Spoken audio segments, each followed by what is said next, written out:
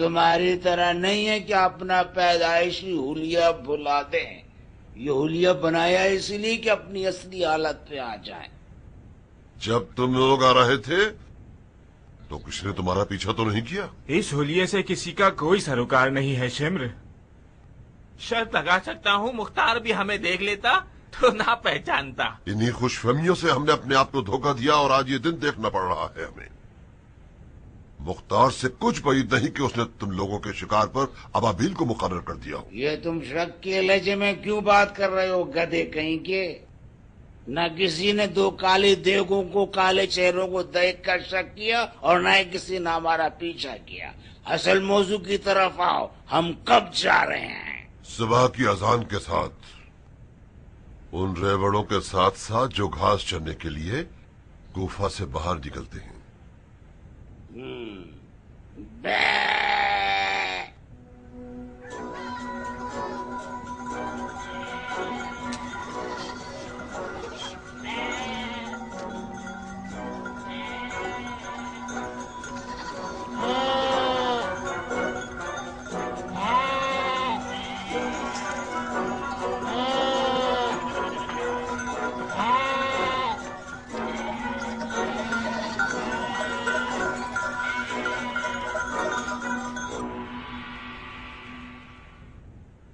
دیکھو عمر، مختار نے پچھلی ہنگامہ آرائی کے بعد اپنے تمام تر عہد نامے ختم کر دیے ہیں.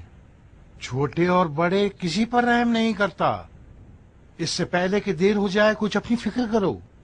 میں اس کے خلاف ہنگامہ آرائی میں شریک ہی نہیں تھا. جو کچھ کیا ہے شمر اور شبس نے کیا ہے، اور پھر اس نے مجھے مکتوب امان نامہ دیا ہے. ہاں، کیا تم واقعی مختار کے لکھے ہوئے پر بھروسہ کر رہے ہو؟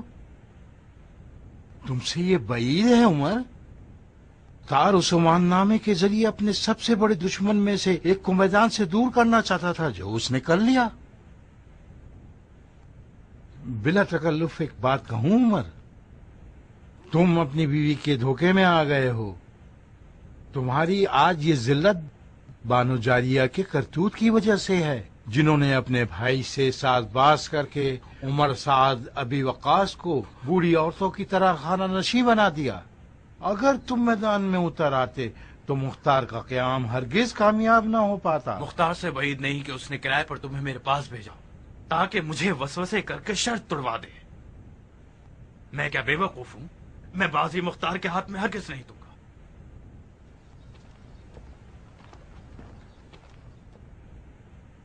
میں صرف اس دوستی اور محبت کی خاطر تمہارے پاس آیا تھا. آج میں مختار کی محفل میں موجود تھا. اس نے اپنے ساتھیوں سے وعدہ کیا کہ کل میں اس شخص کو قتل کروں گا جس کی شکل سور سے ملتی ہے، اور تم لوگ اس کی موت سے بہت مسرور ہوگے. اس نے تمہاری نشانیاں بتائی ہیں عمر، خود ہی سمجھو.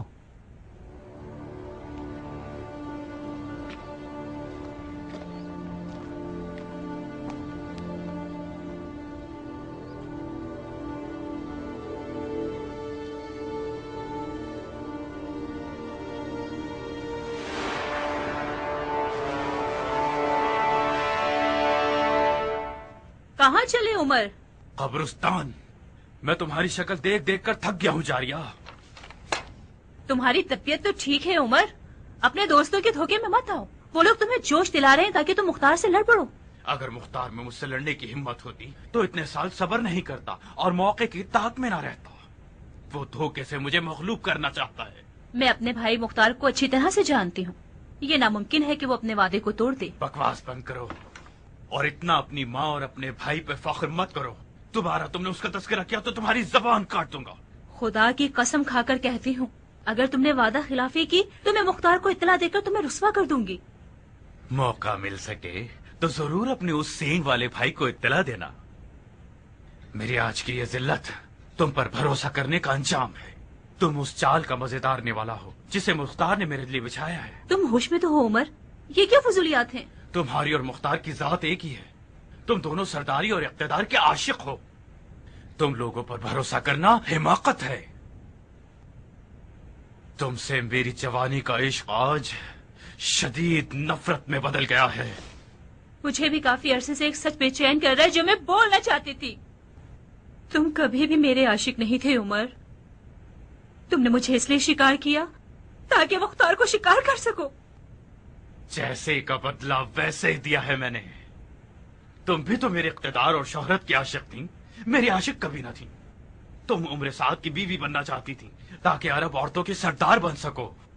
میں اندھی تھی عمر، مجھے اندازہ نہیں تھا کہ میں کس زمین میں بیج بو رہی ہوں. اب رہنے دو جاریہ، ہم جتنی بھی باتیں کریں گے اتنی ہی بات بگڑتی جائے گی. تم ملکہ بننے کی عاشق تھی اور میں اپنے رقیب کو کچلنے کا عاشق تھا. میں مانتا ہوں کہ ہم نے کافی خطرناک کھیل کھیلا، اس کی سزا میں مل کر بھگت لیتے ہیں. یہ کیا کر رہے ہو عمر؟ تمہیں نوالا بناؤں گا، وہ کام جس کا استاد مختار ہے. تمہیں لقمہ بناؤں گا تاکہ مختار کو جال میں پھنسا سکوں.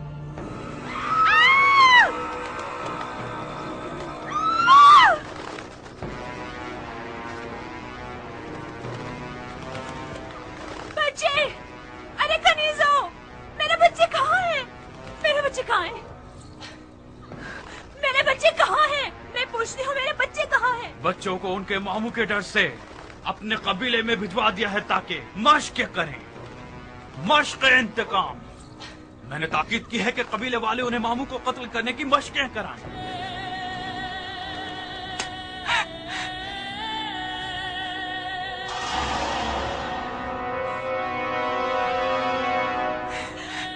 تم ایک حیوان ہو، سنگدل شخص. ایک سردار کے لیے ہمیشہ جیت ہی سب کچھ ہوتی ہے جاریہ. اب تم میرے لیے ایک دشمن کی حیثیت رکھتے ہو. اس باغی عورت کو گھر کے سرداب میں قید کر دو اور منتظر رہو جب تک میرا پیغام آئے. لعنت ہو تم پر عمر. مجھے اب پتا چلا کہ تمہارے بارے میں جو کچھ کہا جاتا تھا وہ سب سچ تھا. مجھے اب سمجھ میں آیا کہ تم نے حسین کے گھر والوں کے ساتھ کیا کیا ہوگا. میں تمنا کرتی ہوں کہ زندہ رہوں اور تمہاری موت پر ناچوں، خوشی کے کپڑے پہن کے ہر ہر. یہ تمنا تمہارے ساتھ قبر میں جائے گی.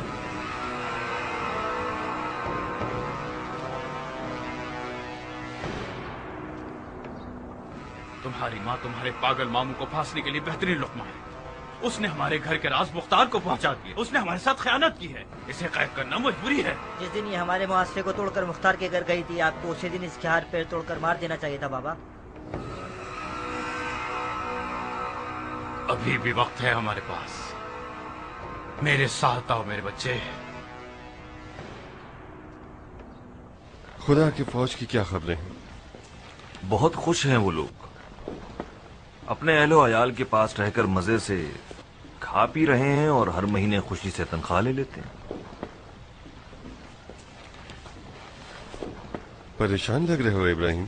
نہیں، پریشان نہیں ہوں ابو اسحاق. میں زمین و آسمان کے بیچ میں پھنس گیا ہوں.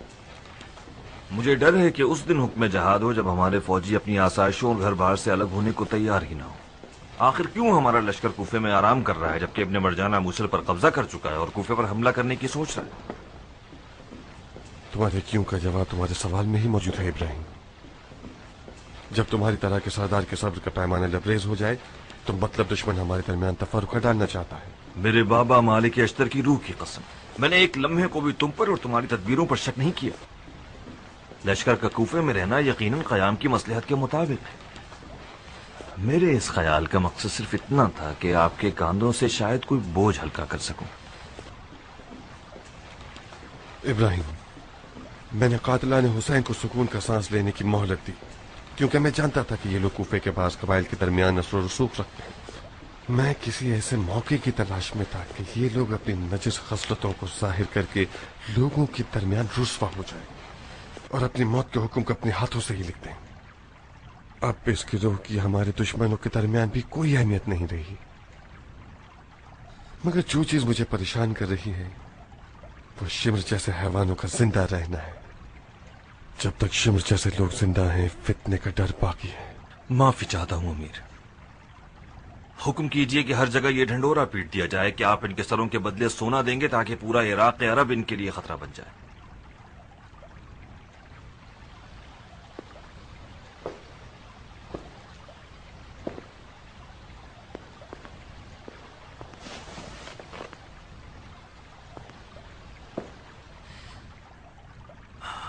اگر امیر کو برا نہ لگے اور بیجا دخل اندازی نہ کہلائے تو میں بھرپور طریقے سے میدان میں آ کر فتنے کی جڑیں کاٹنے کو تیار ہوں۔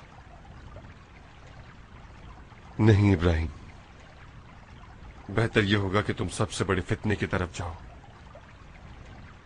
خدا گواہ ہے کہ میں سب سے زیادہ مرجانہ کی بیٹے سے لڑنے کی تمنا رکھتا ہوں، مگر کیا کروں کہ اس وقت حکومت میں جکڑا ہوا ہوں اور مجھے یہیں رک کر حکومتی معاملات دیکھنے ہوں گے۔ یہ لو، یہ ابن مرجانہ سے جہاد کا حکم ہے۔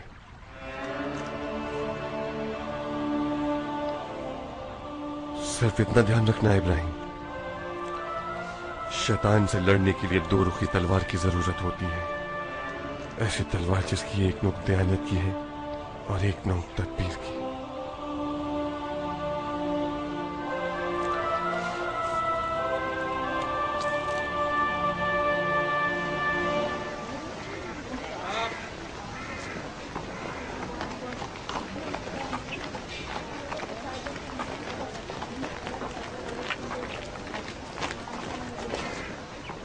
لے جاؤ اسے۔ میرا گدھا، میرا گدھا، میرا گدھا، چلو۔ میرے گدھے کو مارنا مت، چلو۔ میرے گدھے کو کھانا مت۔ تمہیں اور تمہارے گدھے کو ایک ساتھ تو نہیں لے جا سکتے، اس کے گدھے کا خیال رکھو جب تک فیصلہ نہ ہو جائے۔ چلو۔